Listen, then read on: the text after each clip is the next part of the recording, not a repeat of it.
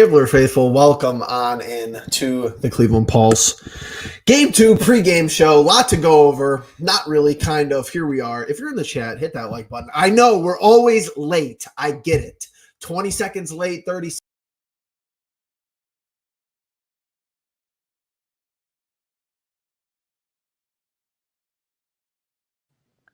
How about that? I was so late, I just left. I was like, dude, I was panicking. I'll show you real late. I'll exit. I'll come back real quick. Welcome the hell on in, okay? Like button first. Subscribe button if you haven't. I know you have, because if you're a real grinder, you've hit the subscribe button. I'm not in a good mood. I'm just going to put it right out there, Logan. I apologize in advance. MZC, Turner, come. Cavalier basketball tonight. 7:10 tip-off is my guess. 7 o'clock on the slate, but here we are. Yep, here we are over here. Here we are. Yep. Will we see it? I'd love good old days. Imagine if this said NBA Champs 2024. I probably would buy out old Dick's Sporting Goods. All right. FA's back. We're back. We're live. We're here in the flesh. Anything new, Logan? Jared Allen out? Are you surprised? No. I just wish they would tell me he's out for the series. I don't know. The guy apparently can't raise his arms. He's in a lot of pain. I get it. We want him to play. Well, obviously we do. I do think he's not 100%, but my issue is stop giving me any hope. Stop telling me, oh, he's a game time decision. And maybe he is. Maybe I should shut up. But it's going to be tough sledding without Jared Allen. And for those who are wondering, I bumped in last for game 1. I was drunk and at a bar, so don't take what I said seriously. We got you written down. I had Kev taking game 1 in shocking fashion. For the first quarter, he went up 40 points, scored 34 of our own. It was the first time I had seen an overall competent offense in these playoffs. But without Jared Allen, once again, backup bigs are a problem. Rebounding is a problem. I don't know. Donovan can't do it alone, so I don't feel too good about tonight, Jeffrey. But whatever. I'm gonna watch it. I'm not gonna get mad. Pressure's off. Got to just take it for what it is. Bebo with an absolute off the top rope comment that is right up your alley, Logan. It used to be guys like Rozier and Maxey, Kevler. Now it's our starting point guard, Evan Mobley's offense.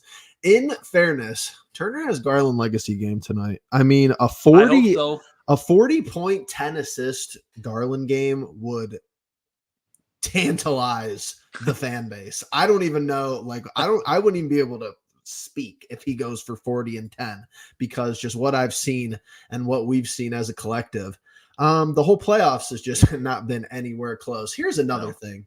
And I all year, I got to sit on here and come here and every week and go, this injuries, Garland, broken jaw, Dean Wade, MIA, Evan Mobley, in and out of the lineup. Can anybody out there, and I'd love somebody just clip this. Can anybody out there please tell me why for the playoffs you have a color commentator employed by Bally Sports breaking injury news? You don't hear it from the team. You don't hear it from the medical staff. You don't hear it from the head coach. Oh, Evan Mobley is dealing with a badly sprained ankle, according to Brad Doherty. And here's the thing. At the end of the day, we all know that he was hurt. He got hurt in Game 6 of the Orlando series. The fact that this fan base, I think we're an educated fan base. I think that we follow the sport closely. I think we follow our team closely because that's what people from Cleveland do. That's what Cleveland sports fans do. I don't know why it's always, we got to go and get some roundabout source, and you never hear what happened with Dean Wade. He goes on personal leave, and then he suddenly has a phantom knee injury. Logan, I'm going to stop talking. Is this surprising to you or not at this point? No, it's not. We haven't had clarity on injuries all freaking season. I asked for a simple timetable, and people told me we got to protect the players. I agree, you got to protect the players, but God dang it, just tell me something. I'm not asking for much in this world. I'm not I'm not even blaming somebody being hurt. I'm not here to like criticize somebody for being out however long or getting hurt or this, that, or the other. But it would be nice to have some clarity from our front office, from the team that we support, to hear these kinds of things. And like you said, we're not stupid. We know Mobley's hurt, but why isn't anybody talking about it? And you don't want to make it into a storyline, this, that, or the other. I don't know, Jeffrey. I don't have the energy for it anymore. It's been this way all season. I right now I'm sitting here just taking each game with the Celtics for what it is. I'm less focused on injuries. I'm less focused on front office things. I already bitched about that enough during the regular season. I'm sitting here just like laughing at every injury at this point because there's nothing else you can really do. And like you said, we hear from some outside source, whatever. What matters really, Jeffrey, at the end of the day, is tonight is game 2. Tonight is somehow a chance for, if you were to steal this game, and I feel like a broken record saying this crap, but if you're able to make this a 1-1 series, you flip this whole series on its head. That's Absolutely. the way I look at this. This one win can change a lot of things. You get on 2-0 back to Cleveland, it's like, okay, you're pressured to win 2 in Cleveland. But if you get 1-1, suddenly I'm interested. Suddenly I'm invested. And I know there wasn't much to really love about that first game, so why am I talking this way? My point is simply like I think was it Turner earlier saying Garland legacy game. Garland doesn't even have a legacy game. Guys just have to help out Donovan Mitchell. We can't keep watching. Just have an average game. Give me your season average. Give me just something. Give me your career average. It's tough sledding right now for the Cavs, but it seems like we're that one guy or 2 guys away just playing up to snuff. And I'm sorry, against Boston, you not only can play up to snuff, you have to play beyond that. And if we don't, we're going to be going home a lot earlier than usual. Big chance tonight for the Cavs. I'm going to be honest, man. After looking back on that game 1 performance, I tend to agree with you that it was, not a whole lot to write home about, as far as, there's not always, hopefully you could build off of something, even if it's an extremely disappointing loss, which, once again, it was not even really competent. We hung around until the fourth quarter. We hung around. We were relevant, but you never felt. We never had a chance to win the game, really. Never had a chance. It's like Undertaker at WrestleMania. You think you're like, oh, like I'm here for the excitement, but it never really felt like they're actually going to win or actually defeat the Undertaker that is Boston Celtics. That's kind of where I'm at right now, and I'm hoping one game can turn that around. But honestly, it's just like you can't. So once again, you have 2 quarters. You have multiple quarters. This is 2024 basketball. This is not the 80s. This is not the 90s. This is not even the early 2000s till about 2007, 2008. You have multiple quarters of basketball where you do not score 20 points. You score 15 in the second quarter. You score 18 in the fourth quarter, and it's a 120-95 route. Here's my thing. When you watch this Boston defense, and we'll see if they continue to keep it up tonight. I don't see why they wouldn't, but we are starting Okoro again, same starting 5 with the Allen injury, the news coming down. Here's my thing. This Boston defense, just watch tonight if you guys are out there. They're just switching everything. They switch through 2 or 3 screens on the same play. And honestly, I would say that it's definitely good coaching. It's definitely good scouting, but I can't even classify it as disrespect, because we would have to have had respectful performances for it to be disrespect. They are just begging us to shoot. And I understand that when we hit those shots, we could be a very dangerous basketball team. That has been a huge if in the postseason. I mean, you saw Sam Hauser on Donovan Mitchell. You saw Luke Cornett on Donovan Mitchell. Like, they kind of don't really care about our offensive sets. And, Ashton brings up a point here. They got to run some plays and not just ISO. Here's what I want to kind of talk about, and I can't believe I'm going to do this, being with what position I've had on certain things throughout this year and throughout the years. The offense stinks. Who do we blame? Has kind of been bothering me, because just how reactionary and how one-sided like conversations can be. You have a whole group of people who say JB's the issue. You have a whole nother group of people that say this roster is just not full of talented playoff performers who can't compliment Donovan Mitchell. Confidence is down, whatever may have you. It has to be both here, people. Like, is this? I feel like this is an obvious saying, but JB doesn't have And he hasn't instilled an offensive identity in this team that is sustainable for a postseason run. Also, I feel like even though we invested money in this roster, even though we addressed three-point shooting, it still is lacking. How do you feel about that, Logan? I did see an interesting tweet the other day about how Max Strus shot 45% from corner threes for the Miami Heat, I think, during that playoff run last year. Yep. And I did start thinking, well, why the hell do I not see him shoot all that many corner threes? I feel like in these playoffs. I know he's had a few. I'm not saying he hasn't, but I think JB, one, doesn't have the personnel, and even if he did, it wouldn't matter. So when you combine the two, like you said, Jeffrey, why can't it be both? That's simply we don't have the playoff performers and we don't have a playoff performing coach. That being said, I told you at the beginning of the season that I like this Cavaliers team attitude more than anything. Because I was like, I don't think we're as good as we think we are talent wise. I don't think we have a good head coach, but I like our attitude. Attitude, though, in the regular season versus attitude in the postseason, there's a fine line with that. And I guess my hope is that there's just some attitude. Can I get some physicality? Can I get this, that, or the other? Show me that you're present at the very least. Donovan Mitchell goes out there and he grinds all game. And I just feel like I see everybody else, like Max Strus is doing a little too much at times, over-cheating, over-helping. You can't be over-cheating, over-helping in the Boston Celtics. You got to play good, smart, competitive basketball. You got to be physical. I think we're overthinking it all. Not us as fans. I think the Cavaliers themselves are overthinking it overall. If you have the right attitude and you have the right mindset, we can beat Boston. If you have this identity and this mindset, you can do it. But we are held back purely based right now on the fact that we're just not better than Boston. I know that's not some glorious, awesome analysis coming from me. Like, obviously, there's 16 wins better than the Cavaliers. I get that. But you got to start talking about that as fan base. Like, okay, we're not as good. We got to find other ways to win. We got to get physical. We got to rebound. We got to do this, that, or the other.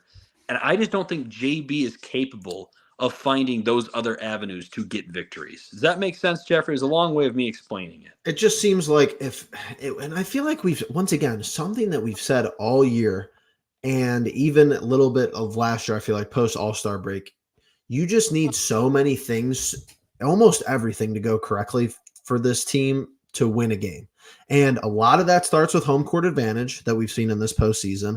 A lot of it starts with, hey, the other team can go on runs, but this Boston team can go on a totally different style of run than the Orlando team in the first round. And I don't know, man. You need good lockdown performance on defense. You need exquisite rebounding. You need really good three-point shooting. You need good penetration to the rim. You need to make your free throws. You need not be scared. You can't be scared of the moment. That's what really bugs me. But you're right. Other teams, like if Boston comes out and shoots terrible from the three-point line, they're definitely still going to be in the game. Like I don't I understand you're different, like the levels to the art, to like the discussion, the argument here. I mean, just take a look at some of these game one stats.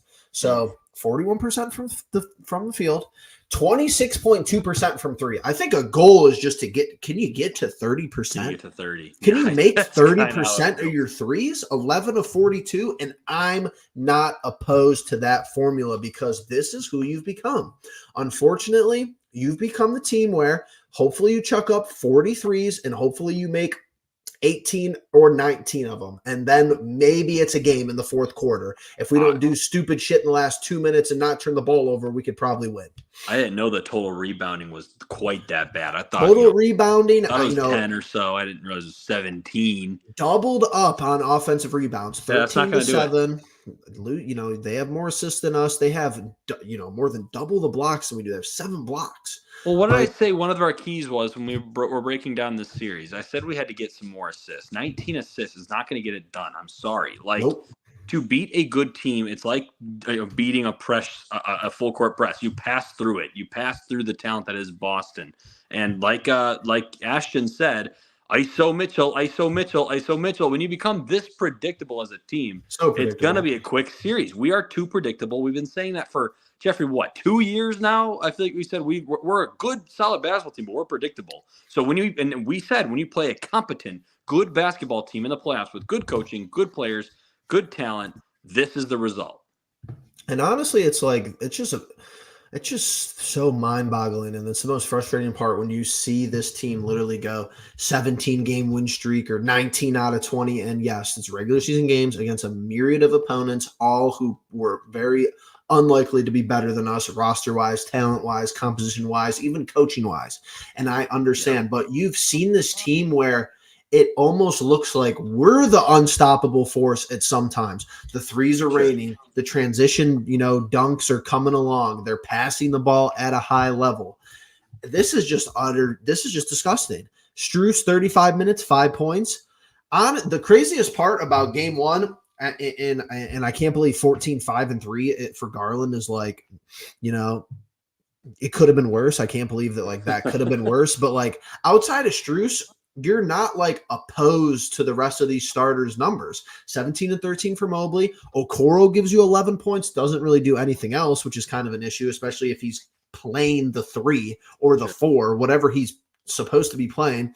Karis Merrill, LeVert. 17 minutes, 0. LeVert, I see the 26 seven minutes, assists, or is that rebound? I see the rebound. Seven rebounds. rebounds, fine. I'm happy to see that. But man, 4 points in 26 minutes from a guy who gave you 15. I just everyone on this team besides Donovan Mitchell is playing below their average. That's the fact of the matter, Jeffrey. Nobody is not even average overall. And yeah, Max Strus had a couple of games, but we said this about this Cavs team. It's like when the shots don't fall, when the passing isn't right, when we don't have the right mindset going into a game, we're way too inconsistent of a team to beat a team 4 times in a series. Yep. And because we're so inconsistent, we very easily can get beat 4 times in a series. And that's what holds back this Cavaliers team. It's overall consistency from top down, from the coach to the all-stars to the role players. Inconsistency is just as good as being bad at basketball, is basically what I'm saying. It's a good team that plays inconsistent basketball. And honestly, I have to agree with this that Garland is the key. We've been talking about I another agree. topic we've been talking about all year long. But even in the Orlando series, and I can't even remember what game it was. I believe it was game. I don't even know what game it was. It was game 5 or 6 where Garland had the really good first quarter, Oh, yeah, and game and five. and then it's like, oh well, Donovan Mitchell. Like I saw Don take the ball, not, and I don't want to say out of Darius's hands, but as far as the observation goes, you could have made that argument where Garland goes for 17 points in the first Yeah, quarter or finished whatever number it 23, I was. believe.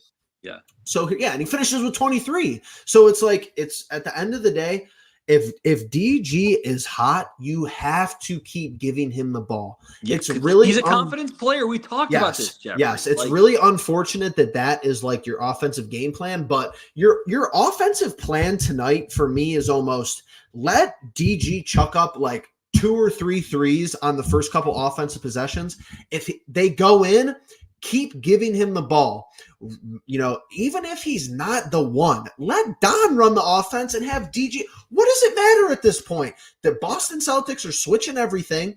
It's not like that there's that huge height discrepancy that we saw against Orlando. That's kind of why missing JA is the huge piece to the whole series, because he's someone that could make a little bit more stress on the interior defense of the Celtics to yeah. open up shots for us, even though we've had a lot of open shots. They just haven't gone in. So maybe that's really not the point at the end of the day, but let DG Jeffrey, try to shoot a couple shots yes. and then go from there. Beginning of the season, what did I say? For this team to be its very best, who did I say had to be the best player? Who had to be the DG. guy running the offense? I said, yes, Donovan Mitchell is the best player on this team. But I said for the Cavaliers to be as good as they can possibly be, DG has to be the one with the ball in his hands. He has to be the Absolutely. one setting up Don. He has to be the one setting up Mobley and JA. He's got to take care of the basketball. He's got to get himself. There's a lot of pressure on DG's shoulders. I get that. We've put those expectations. But I'm sorry, when you get the contract of highest paid player on the team, it comes with expectations. It comes with challenges. And DG so far hasn't shown that just yet. Like Turner says, though, he is the key to this team, because when he's right, the Cavaliers are right. When DG's running the offense, the Cavaliers' offense looks good. But when we get to this ISO ball, stand around, shoot, Donovan didn't make it that time. Oh, crap, we have to get a stop now? Like, it seems like there's immediate panic if it doesn't end with a Donovan Mitchell step back three to bail us out every single possession. And that's just not winning basketball. It's got to be run through your point guard. The guy you had trusted to lead this team with Don, he's got to step up and be a hell of a Robin. And I mean, honestly, we've kind of like lost track of the point guard position in this league, even though, people will say, there's no such thing as a true five anymore. Absolutely, totally agree. I mean, that's pretty much an obvious point from my Sure. perspective. Even though the stretch five and like the athletic fours and fives have kind of dominated this league as far as championships, take a look around. Who else, and I feel like this is, again, common sense commentary from us over here at the Pulse. But look at the other teams left in the playoffs. All their point guards are good. Brunson have an absolute stud of a postseason. Even the Nuggets team for the past couple of years, Jamal Murray, very good Robin to Jokic. Shea, SGA, absolute stud, has been balling out all year. Halliburton kind of has, had a little bursting onto the scene moment. I don't think he's, I don't even think he's at the upper echelon of his game yet. No, but he knows how to run an offense. Yes. Maxey's your primary ball handler in Philly. Yeah, maybe Kyle Lowry played some of the point guard over there. But I mean, your dominant ball handlers, also who are your point guards, have played competent basketball around the league in order for teams to be good. Drew Holiday, another good example right across the floor from us tonight. But I don't know, Logan. What else do you got for keys to the game here? We got about 8 minutes until allegedly tip off. I don't think we're going to out rebound the Celtics. We got to close that margin for one. Absolutely. It sounds crazy, but I'm letting Jaylen Brown and Jason Tatum torch us. You got to keep guys like Derek White in front of you. You got to keep Jrue Holiday in front of you. Al Horford, freaking Luke Cornett, apparently. What's the craziest part about game one is Tatum, like the rest of the postseason. What, 17 points? He shot like crap. I don't know. Very average. But again, I'm not blaming the Cavs for that because the Celtics have won many games this year where Tatum didn't have a great day or Brown didn't have a good day. They have great role players. I'm not saying our role players have to play better. It's similar to rebounding. I don't expect out rebounding tonight. I don't expect our role players to be better than their role players. But you got to close those margins and give yourself a chance in the fourth quarter to maybe steal it. Maybe your starters step up to the plate if your role players can at least close the margin. That's my key tonight. So as far as the bench, do you think Merrill's worth another, round of minutes this game, or do you think that what you've seen from game one was enough from him? I got to be fair, right? Because with George Niang, and I get it's a different scenario, but with George Niang, I was like, okay, I've seen enough. I don't want to see any more. And people are saying, oh, you can't just give him that fast. And I said, word for word on this show, I said, in the playoffs, you don't have time to wait for somebody to get hot, right? You don't have to wait. And I kind of have to hold that same thing with Sam Merrill. I think if you want to put Merrill in a stretch, and that was the difference, right? Niang was still seeing these 6-minute stretches where I'm like, what on earth are we doing? Throw in Merrill for 3 minutes. If he misses a shot or two, get him off. Maybe you see another opportunity for him down later in the game. You just got to have short leashes. We've said that about JB for years now. You got to have short leashes with guys, especially in the playoffs, because one bad run, you can be playing catch up and recovering from that run for the rest of the game. How about Morris? And TT? Anything for them as far as, do you see them being useful in once again spot minutes or get aggressive? Really? If you're Morris and Double T are never going to fill that stat sheet per se or fill the box score. Get physical, though. Lead these guys. You guys have been here before. You guys battled in 2018 screaming at each other on the floor with the Celtics and Cavaliers. Morris on the Celtics side of things at the time. You got to lead. You got to get some aggressiveness. Get yourself a technical foul. I'll give Boston a free throw just to get in their face a little bit and do a little something. You just can't sit here and take it. That's my biggest fear of this series is we go out quietly, right? We go out like a sad fart is basically what I can only say it like. If you're going to go out swinging, I said that's important. If you want to retain the services of Donovan Mitchell, you have to go out of this series swinging. And whether that's in 5, 6, 7, or if the Lord is there here, I mean, if the Cavaliers want to go ahead and stun the world, fine. But if they want to do any of that, it starts tonight. Honestly, but I mean, it's just the injuries are just terrible, man. In that conclusion, you kind of have to play Thompson for minutes. Yeah, some minutes. Morris is going to see the court. After that, it's LeVert, obviously, but But he's got to play though. But that's Just what I'm keep going, saying. Jeffrey. Like, Just but I keep mean, going. But here's the thing. This is what people clown me for in the regular season, even though it's just true factual statement of the matter at this point. It went from subjective to objective really quick. Is that if you have Allen healthy, if you have Wade healthy, you don't have to play Levert. You don't have, and I even included Merrill in that 8-man rotation. I said starters, Merrill, Okoro and Levert and Wade, and that was it. That's all I even cared about. Who even cared? You don't even need. All right, Niang, we know he's lost cause. Will he get minutes tonight? I don't know. JB's his own, can't get out of his own way. So who cares, you, right? you might see him.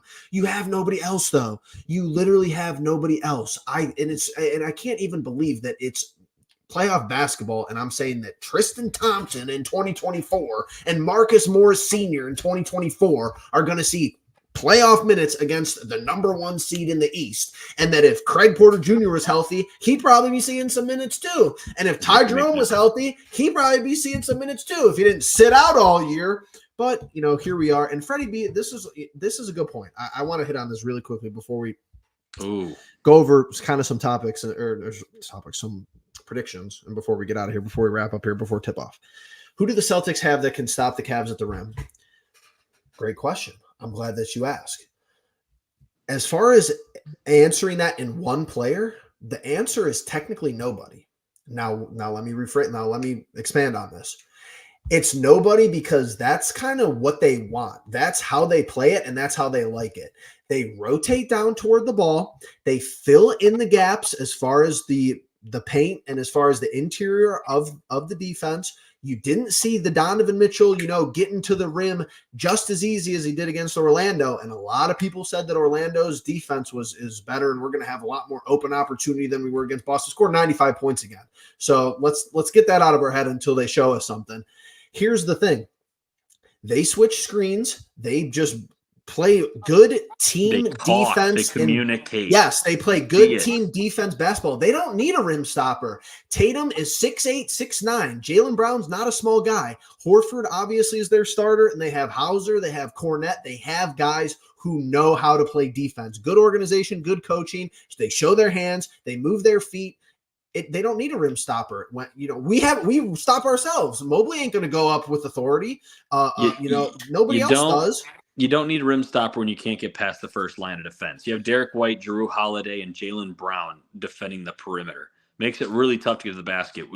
Like you said, where the Cavaliers like to funnel the defense to our bigs, we like to funnel it into the basket. The Celtics are the exact opposite. They are content to keep you out in that wing. You keep shooting, you're not getting into the lane. But you're right. Who do the Celtics have? I don't have a quite answer for that. Horford's fine. Cornette's fine. They both have slow foot speed, but they both have length. They both have height. I don't think it would stop the Cavaliers if they could get there. So, yeah, here's another key for you, Jeffrey. Attack the damn basket. Absolutely. And Ashton, interesting thought. Dude don't even have – he ain't even dressed. So, I don't know. He not playing.